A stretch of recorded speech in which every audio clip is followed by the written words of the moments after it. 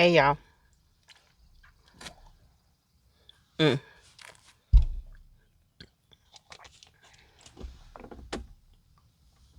So yesterday, yesterday I put out a video about um where I was basically talking about Leah in the Bible and how she didn't really see the blessings that were in front of her because she was so focused on pleasing her man pretty much. And I just wanted to kind of talk about my personal experience with um figuring out what your purpose is and what God is calling you to do when it comes to a man. So, if you have not seen the video that I put out yesterday, please go watch it. I will link it below. But I'm going to go ahead and get into my personal story about how your purpose can get kind of caught up in a man if you're not careful. Um, and I'm talking about this because I know there are a lot of women out there who, you know, you interested in a man and that's cool and all because, God created men and women to get together. He created marriage. He created, everything that comes with marriage. He created us to love one another and all that kind of stuff. He created this. But we have to get our priorities in order.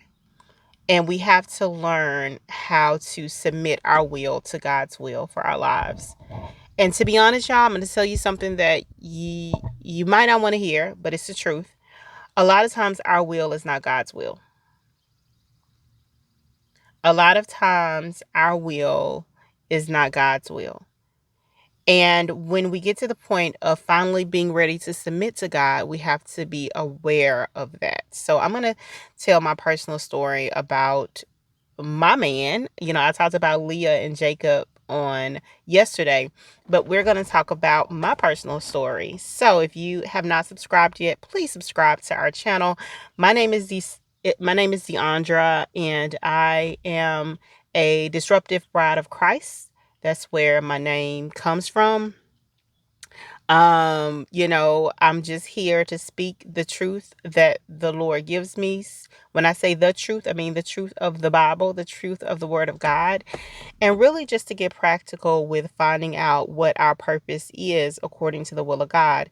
So, like I said, if you have not watched that video that I put out yesterday, that's the beginning of this entire series that we're about to go through, where we are going to focus on the biblical story of Leah and Rachel and how that applies to our life today and how that applies to what our purpose is. So, I'm going to go a little bit off track and I'm going to give y'all my personal story so that I can kind of, get my feet wet and get y'all used to me and to get y'all some more information about who exactly I am. Okay.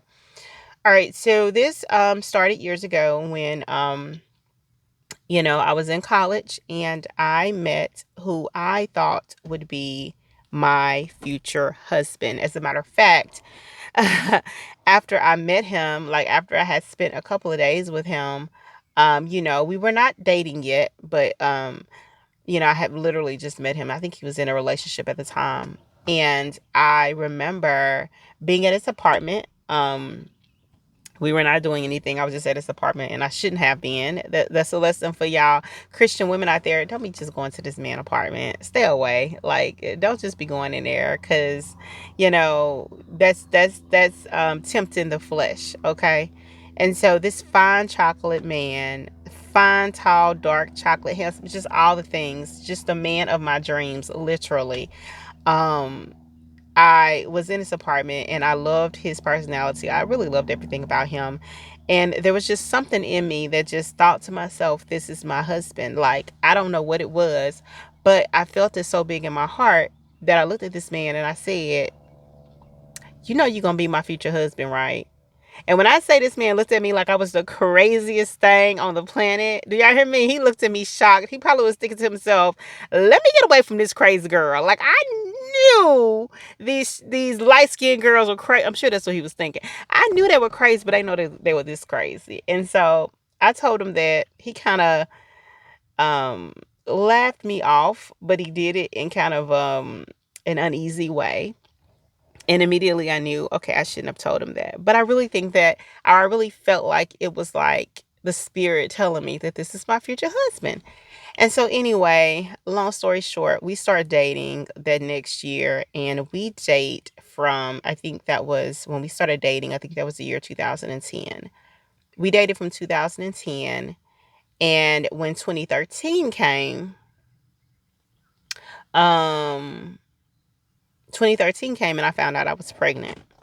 All right, so 2014 came, and Valentine's of 2014, he proposed to me. Okay. Now, of course, at this point, we had been together for about 4 years, almost 5 years together. And he proposed to me. I was excited. I was happy, but I was pregnant too. The entire time that I was engaged to him, I just kept thinking to myself, did he just propose to me because I'm pregnant? And of course, those thoughts started running through my head, right? Well, anyway, so we're engaged and we decide to move in together. So while I'm pregnant, we decide to move in an apartment together. He goes and he rents a 2 bedroom, 2 bath apartment, really nice apartment, and he works full time at this point. And at this point, I'm not working. I'm still trying to figure things out, still trying to figure out what I'm going to do because previously I was living with my parents. Um, so we had not been living together. I had been living with my parents, and so I had moved away like 2 hours away, 2 or 3 hours away, to live with him, right? And so we're living together in an apartment and we're supposed to be figuring out what we're going to do about the wedding. Like we're supposed to be planning the wedding. No matter what we do to try to plan the wedding, nothing works out. Like we're arguing all the time. You know how it is when you first move in an apartment with somebody. You just have all these pains. Like you both grew up pretty differently, and you just have different ways of living, and it's just a lot, right? To try to move in with this man. So I moved in with him. I was pregnant. I had my child that summer. I already had a previous child who was born in 2008. She actually just graduated um, a couple of weekends ago. So we have a college graduate. I guess I'm just kind of getting ahead of myself right now.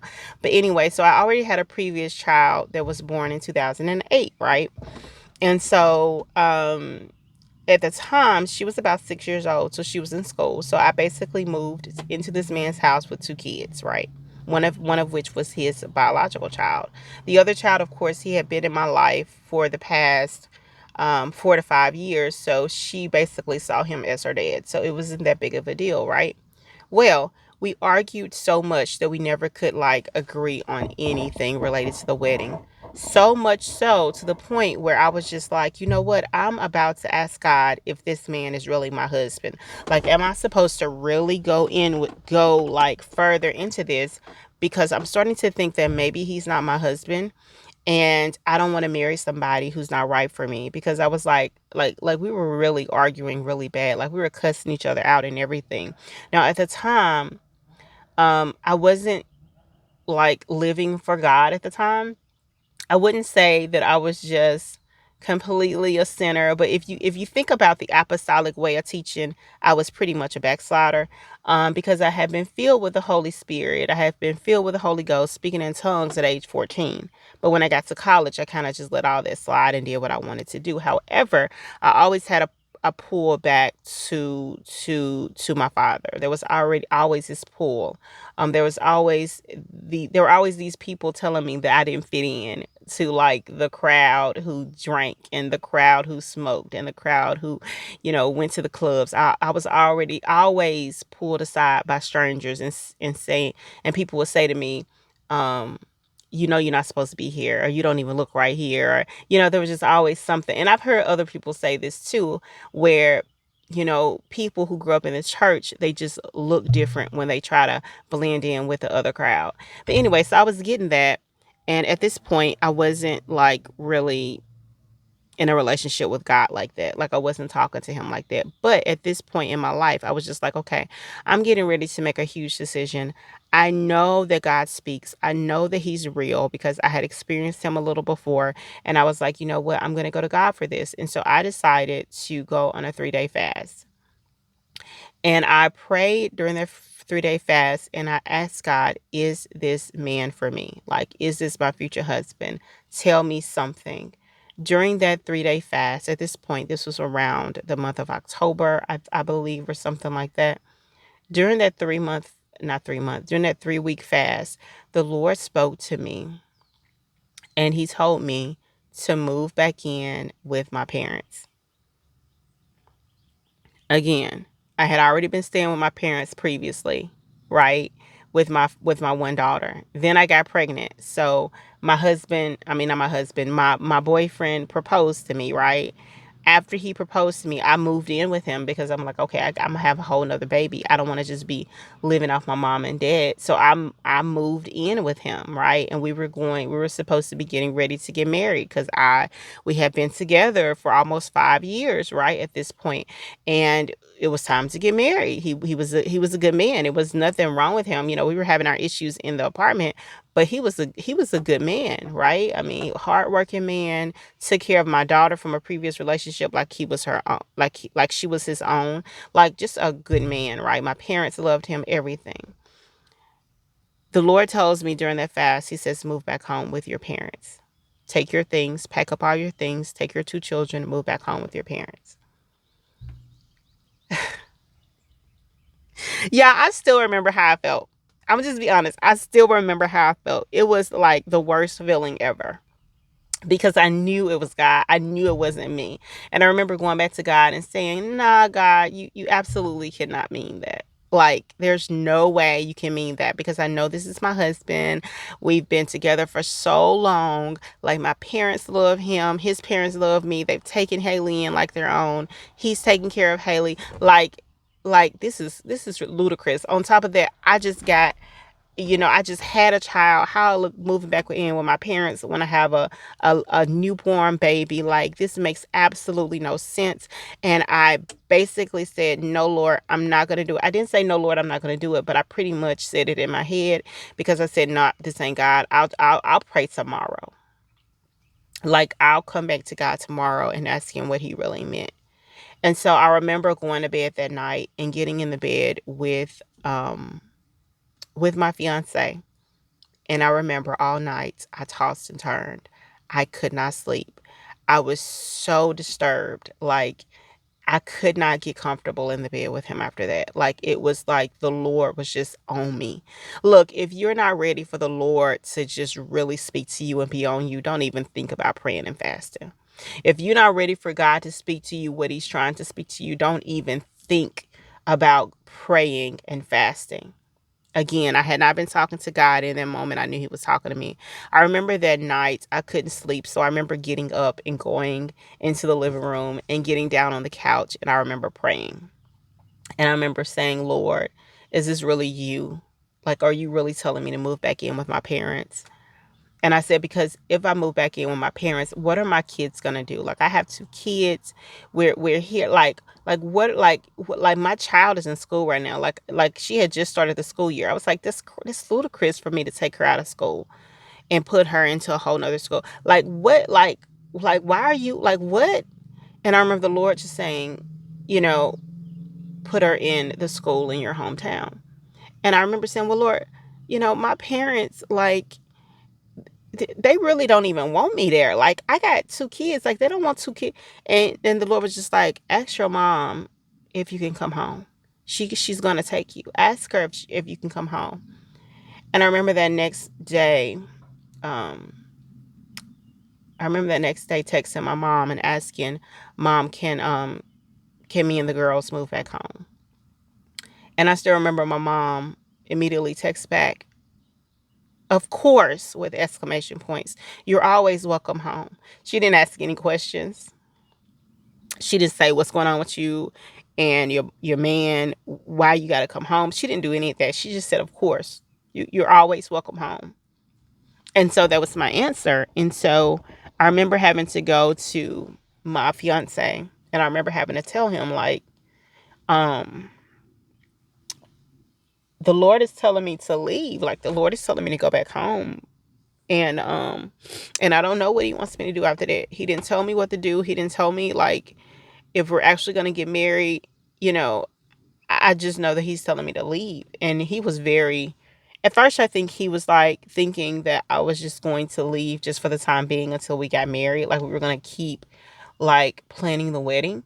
But the Lord didn't tell me to keep planning the wedding. The Lord basically said, go back home. Like, I asked the Lord if he was my husband. The Lord did not answer me. All the Lord said was to go back home. So he never answered my question of, is he my husband? And so I didn't know the answer to that. And so I just told, my fiance at the time, I just said, we just need to go back home right now. Like, that's all I know. The Lord told me to go back home. And so I packed up my stuff that weekend into my little car and I drove home. I drove my kids home and we went home. And I put my daughter in the school system down there immediately, got everything situated, and I started my life at home. I got into a church. And I basically started my relationship with God again, where I started praying. I started fasting, reading the word, just getting closer to God. At the same time, my fiance did not know what was going on. He probably thought I was going crazy. Later on, he told me that he at first thought that I was just moving back home with my parents for the time being, but he did not understand anything about me saying that I was hearing from God because he never knew God to talk to people like that. And so he thought that I was just kind of um, using God as a scapegoat pretty much just to say, God told me, but he thought that maybe it was because I had found somebody else. And so he got really mad, really combative. He kind of went down, kind of, I feel like, kind of spiraled a little bit and kind of just, I don't know, cuz he was very um he just didn't understand. And so he basically kind of went wild in my opinion. But I could not focus on him. I had to focus on Jesus and what Jesus was saying. And the entire time, the Lord was just, um, he would just never answer my question. Like, I would always go to him and say, like, Lord, what are you trying to say to me? Like, um, what is your answer? Like, am I supposed to marry this man? Like, what's your answer? And every time I would ask God that, he would just be silent. And I got to the point where I was like, okay, maybe I'm not asking the right questions. And so I was like, maybe the Lord just doesn't want me to be focused on that. I said, so I think the Lord just wants me to be focused on building up my relationship with him. And so that's what I started doing. I started building up my relationship with Jesus Christ. I started praying, fasting again. I really started getting into the word. At the same time though, my heart was still very much so with my fiance. Well, my fiance got mad at me pretty much. He started drinking and just really to me, just kind of being out of character, just kind of, and I know it was because he didn't understand what was going on. And it was pretty much a breakup, but he got so mad at me that he took my ring back. He I don't know what he was telling his family, but it got bad. Like, it got really really bad. And I'm just sitting over here like I'm just trying to obey God. Like, I literally kept telling him that it was all God. He just did not believe me. And so because he didn't believe me because he just wasn't on that level. Like, he wasn't praying and asking God for clarity. He had never really had a relationship with God himself. I said I was Holy Ghost filled back in the day. My husband, he knew nothing about being spirit filled. All he knew is what I had kind of told him about it. But he did not know like the ins and outs of that. And so, he really thought that I was just playing him. And so it made him kind of just be he was very upset with me. Like, he couldn't even be around me. He was so mad at me. And again, he said he thought that it was because I had found somebody else, which I kept telling him I had not. I wasn't even interested in anybody else. And so anyway, so he dealt with his with all the stuff that he was dealing with. He dealt with his stuff. And I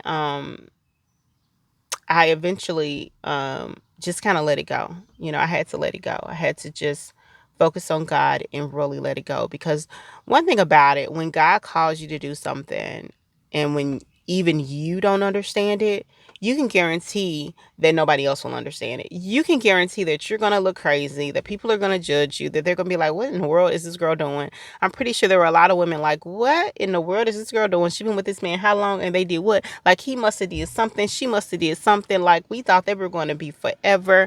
Like, all the pictures that we saw, all of a sudden, so she gets pregnant, he proposes, and now they broke up. What happened? Like, I know there were a lot of people asking questions. There were a lot of people on him. Like, they saw from our relationship how good of a man he was, I'm sure. And so, of course, they jumped on the chance to try to get with him, as probably they should have. I mean, I would have too. And so there were a lot of women who jumped at the opportunity to try to get him, and jump they did, as I found out later. um, but anyway, so long story short, during that time, he pretty much flourished. Like, I saw him really pretty much doing well for himself after I left. He was able to eventually buy his own house. He actually asked me to come to the house, to kind of look at it and see what I thought. It was in the best school district, arguably in the state. And he had rooms for the kids and everything. It was a very odd when I went to look at the house with him because, again, we were not together. And again, he was mad at me. And so I could tell that there was like this hope that one day it would be us living in this house together. It was the reason that he asked me to come. But he was kind of showing me the house as in, oh, well, whenever the kids do come over, this will be their room. And, kind of like, just kind of it was kind of sad, to be honest, because at the same time, I kept thinking, okay, Lord, this man is buying a whole house in a good school district and I can't marry him. Like, really?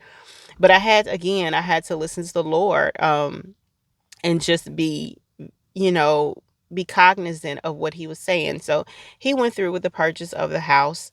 um During that time he was able to help me with paying for I went to this training to become a teacher. It was a summer training. He went through and like gave me $1,000 towards that. Just wrote me a check for $1,000. During this time he consistently paid his child support, which was like $600 a month. It just went straight to my account every month. Like, he was a good dad. He was paying for his daughter. And so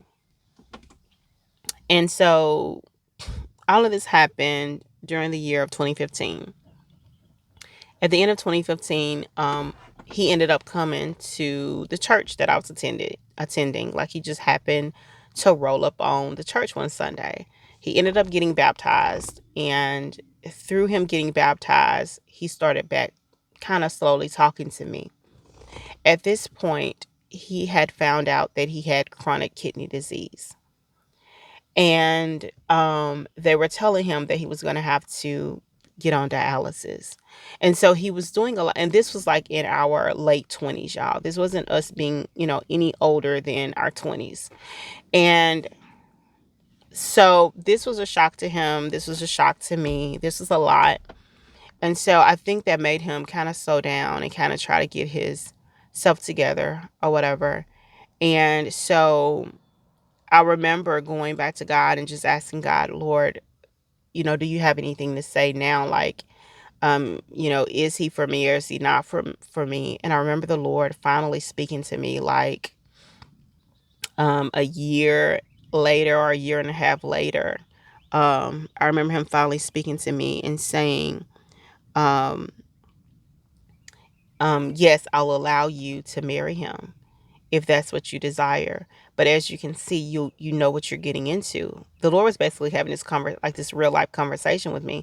He was like, I'll allow you to marry him. He said, but you do see that this life of living with him with the chronic kidney disease is going to be a lot on you. It's not going to be easy. Like, you're going to be deciding to take this on.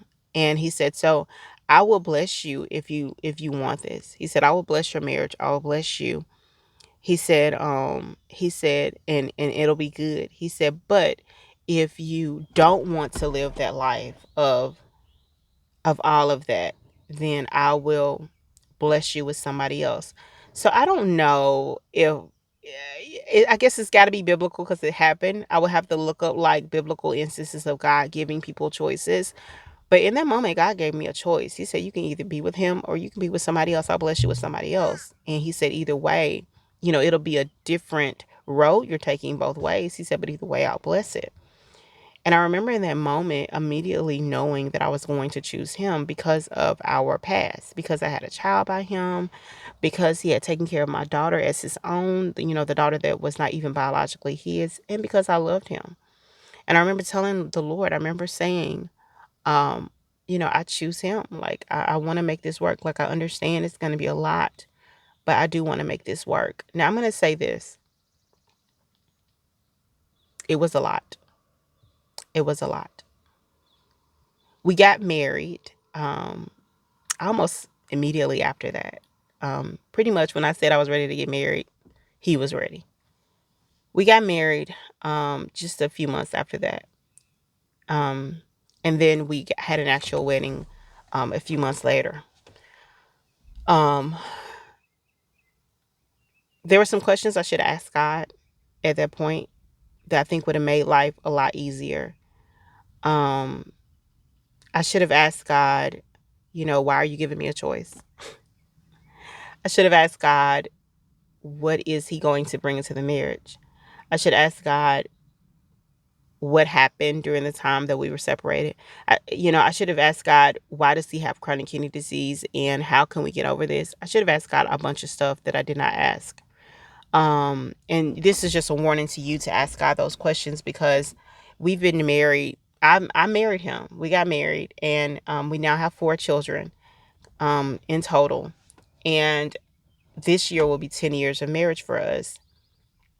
And we've gone through some things that I feel like if I had asked God about this beforehand, I wouldn't have had to go through the trials and tribulations that I went through.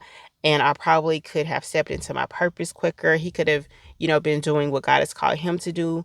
And it's just a lot of stuff that we could have, foregone. But anyway, so, I was so focused on him though, that there were a lot of questions that I didn't ask that I should have asked. And I feel like that's the same thing with the Leah story that I told y'all about yesterday. She was so focused on him that she kind of forgot about her kids and their purpose in life. And she kind of forgot about her own purpose in life. And it was just so focused on making him happy and keeping her marriage happy that, she kind of forgot a lot of stuff. And like I said, I explained the purpose pyramid that the Lord supernaturally gave me.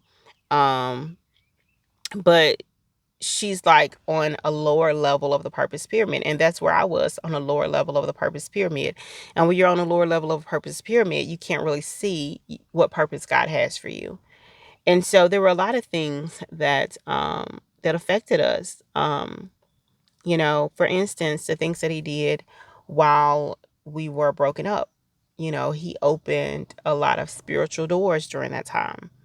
I want to be very clear that if you are married right now, or if you're thinking about married and you have not closed those open doors that have been opened spiritually due to sexual immorality, you're going to need to close those doors. You're going to need to pray specific prayers to rebuke any spirits that have come upon you due to those acts, due to those sexual immoral acts that you've done. You need to rebuke anything from the other person, any attachment that you have to the other person, to really let it go in the name of Jesus.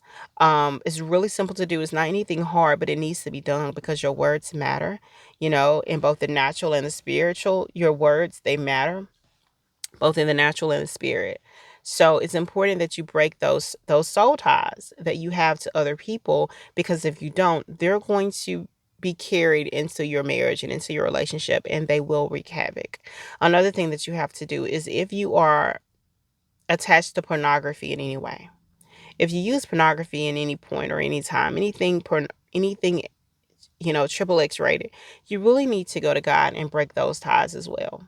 And make sure that those ties don't have a hold on you, because that's another thing that can follow you into marriage and that will not let you go. And it will wreak havoc in your marriage bedroom. I actually did a video not too long ago about the entities I saw above my husband's head not too long ago. So I want you guys to watch that if you're interested in that. But there were a lot of questions that I feel like I should have asked the Lord. Lord, like, what are some things we need to work on? Lord, why are you giving me this option? Like, why are you telling me that it's going to be hard? How hard is it going to be? Like, what are we going to come up against? Because we have come up against a lot of stuff. And there were a lot of things that I could not see spiritually until I brought it to the Lord and asked him specific questions, until the Lord began to reveal to me certain things that I was ready to hear from him. Because a lot of times God won't reveal things until you are ready to receive them, right? And so we are in a good place now, of course, but it has taken a lot. And when you are so focused on your man like that, you will lose sight of your purpose. Because during that time, one thing that I did not mention was during that time of us being separated, the Lord began to show me my purpose. Like, I go back to that time frame a lot of times when we were separated, and I think about like how I was so like stressed out and trying to figure out if he was the one, and the Lord was just simply trying to show me my purpose. The Lord during that time of us being separated, the Lord showed to me for the very first time a vision, a vision of a boat. At the time, I thought it was a boat at the time. He showed me a vision of a boat. And the vision that he showed me was, and I'm just go ahead and explain this, y'all. The vision that he showed me was basically, I was in this water. I was walking in this water. It was like an ocean. And I looked down beside me, and there were like lines and lines of people screaming and drowning in the water. And I remember looking up, and it was like a dark, dark ocean, like it was at night. And I remember looking up and realizing that I was standing on top of the water and I wasn't drowning. I was just walking on the water. And I remember looking down at my feet and seeing like my feet in the water. And I remember walking on the water, and I looked up, and standing before me was Jesus. And I looked around, and Jesus was like right there, like blocking the waves and the winds for me, where everything seemed calm. I thought things were calm right around me. And when I looked down and saw these people drowning and the waves crashing over them, I remember thinking, like, why? Where are these waves coming from? I don't feel waves. I feel like everything is calm right now. And I remember looking up and realizing that Jesus was actually standing in front of me, like almost embracing me, blocking the waves from hitting me, blocking the storms from hitting me. And I remember seeing a boat, and I remember getting in the boat, and I remember just, sitting in the water in the boat. And I remember beginning to help some of the people to get into the boat with me, like saving some of the people who were drowning. And I remember seeing that I could not save everybody, because some people were like so scared and so helpless and so like chaotic that I couldn't even help them. It was only until these people got calm enough to hear what I was saying that they were able to be helped by me. And so I remember like saving some people, and I remember like getting the people that I saved to help even more people to get into the boat. And then I noticed that all these people were women. And I remember looking out to the shoreline and seeing like my fiance sitting out on the shoreline, like looking at me and just looking at me. That's all he was doing during the year 2015 when I first got that vision. Over the next 10 years, the Lord continued to give me that same vision. But he continued, it was very odd, because during that time he has expanded on it, where I began to see more and more of the vision. It's been really surreal, y'all. I can't even explain it. But over time, at first I didn't know what this vision was. At first I thought this vision was all about my fiance, because that's who I was focused on. And because I was thinking that, I didn't even realize that the vision was actually about my purpose. Because I was so focused on my fiance and focused on this man, I didn't even realize that the Lord was trying to tell me about my purpose. And so over time, the Lord has continued to reveal this dream to me, to where just recently He's shown me that this isn't a boat you've been looking at. You thought you were looking at a boat. You were actually looking at a ship. He was actually able to pull the veil from over my eyes and show me that this was actually a huge ship, that I was helping these women to get on a huge ship. And then He expanded my view even further to show me that this wasn't just one ship, but that this was a fleet of ships, and that I was helping these women to get to safety on this fleet of ships. And I began to see us just on these ships, just hundreds of thousands of women just singing praises to the Lord in the middle of the ocean. And so the Lord has continued to expand this vision. He has continued to expand what He's showing me. And in the middle of all of that, another thing that happened in the year 2015 was He randomly put me in the path of a young woman who was similar to my age.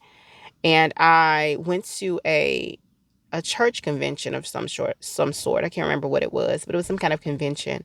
And I randomly met her in one of the, it was like, you know how they have conventions, but they have like um different groups that meet together in different rooms to talk about different things. Well, I happened to choose one of these groups, and I can't remember what it was, but this girl was sitting behind me, and she just tapped me on my shoulder, and she said, are you a writer? And I said, what do you mean? She said, well, do you write?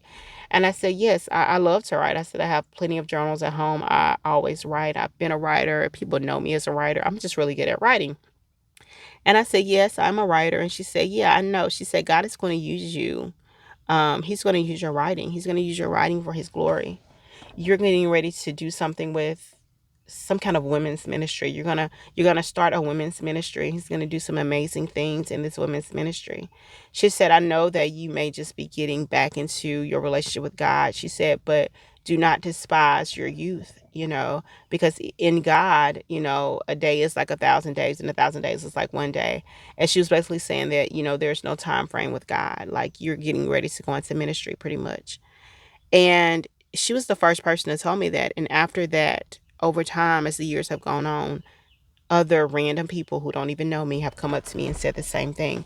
I see you leading a group of women. I see you leading um, a ministry where it's going to bring these women closer to God. And so the Lord has been revealing that to me. And on top of that, revealing other things to me, to where He's now able to show me, because I am hearing Him more clearly. He's able to show me explicitly what this ministry is looking like. And that's when He just recently, what this was like, I think this was in November 2025, when I decided to go on a month-long fast. I did eat that month. I was just fasting every single day for a certain period of time every day. But during that month, the Lord woke me up out of my sleep. It was in the morning time, but I was waking up out of my sleep, and the Lord said, grab your journal and a pen and go into the closet. I have something to tell you. And so I remember like rubbing my eyes, trying to like blink to wake up. And I remember grabbing my pen and my journal that was beside the bed. And I remember sliding down off the bed and into the closet and closing the door, turning the light on. And I remember the Lord starting to speak to me. And as He spoke, I wrote. And I wrote down what He told me to write. And when I put the paper down, I saw that I had drawn this pyramid, and there were levels to the pyramid. I didn't understand what it was about until the Lord began explaining it to me. And He basically explained to me, this is how you reach your purpose. He said, this is how you reach your purpose. He said, people are spending too much time at these bottom levels, but they need to be getting closer to the top so that they can find out what their purpose is for their lives. At the time, I was just shooketh. And I remember immediately going into praying, into spirit filled prayer, just praising God and glorifying God's name for what He had revealed to me. And at the time, I thought it was just for me. And then the Lord began to reveal to me, this is something I want you to teach other women. I want you to share with them as you move into this yourself. I want you to begin sharing it with them as well. And so over time, I didn't begin sharing it at the time, because at the time I was pretty much kind of living in disobedience. I had taken a job that the Lord had warned me against taking. And He allowed me to take the job. So I wasn't really living in disobedience yet, because He did allow me to take the job, but it wasn't His best for me. I kind of lost some time by taking that job. And I think I'll talk about that in another video. But anyway, so at the time, the Lord had already given me a date to leave. He told me, okay, you need to leave this job in March 2026. I did not leave the job in March 2026. He told me that He didn't just tell me to leave the job in March 2026. He said, you're going to know that this is me, that I'm the one who's telling you to leave that job, because He said in March 2026, your YouTube channel is going to take off. He said, use that as proof that this is me speaking to you. Y'all, on March 1st, 2026, my YouTube channel started taking off. There's this one video I posted the day before. I posted this video like the last day of February. March 1st, that video took off. And that video, at the time, I only had about 500 subscribers. That video took off. That video got about 33,000 views. And I ended up getting over 1,000 views. And I basically became eligible to be a YouTube creator. Um, on March 1st, that started, just like God said. Did I leave the job March 2026? I did not. So in April 2026, guess what happened? I ended up in the emergency room. Blood pressure through the roof, heart rate through the roof. They didn't know what was going on. They were trying to figure it out. Ended up, I had a potassium deficiency that was making my heart rate go up, which was affecting my blood pressure. However, they couldn't get the blood pressure down, so they were like, you need to get on blood pressure medicine now. I went to my doctor. He put me on blood pressure medicine. That blood pressure medicine put me back in the ER because I had like some kind of reaction to it where I felt like I was going crazy. So I was back in the ER a week later. I still had not left my job. The Lord said, it's time to leave your job. My husband said, it's time to leave your job. And my husband is the man who's like over the budget and everything. He had actually told me, I had told him the Lord told me to leave in March. However, he kept telling me, okay, leave in March if the bills are paid. Leave in March if we're out of debt. Like, maybe God, basically, maybe God don't really mean that. Well, I knew God meant it. But at this point, when I was in the ER for the second time, he said, you're going to leave the job. He said, I will call them myself. He almost called them himself because he was so concerned for my life. So I didn't even put in a 2 weeks notice. The Lord had already warned me before I went to the ER. That week before when I went to work, he told me the week before I went to the ER, he said, you're not coming back here. You're not coming back to work. And I remember thinking, what you mean I'm not coming back to work? He was just like, you're not coming back to work. And I remember thinking, okay. And I remember thinking it before I left that Thursday because it was a holiday. It was Easter weekend. And I remember thinking before I left that Thursday, I remember thinking maybe I should take my things because the Lord said I'm not coming back to work. I said, nah, I'll probably be back. And that weekend is when I had the first stint in the ER in the middle of the night. I didn't come back that week. I had another stint in the ER the next weekend. I didn't come in that week. The Lord said, you're not even given a 2 weeks notice. Go ahead and leave. So I sent in my resignation letter that next day after the second ER visit. And I said I quit, like, effective immediately.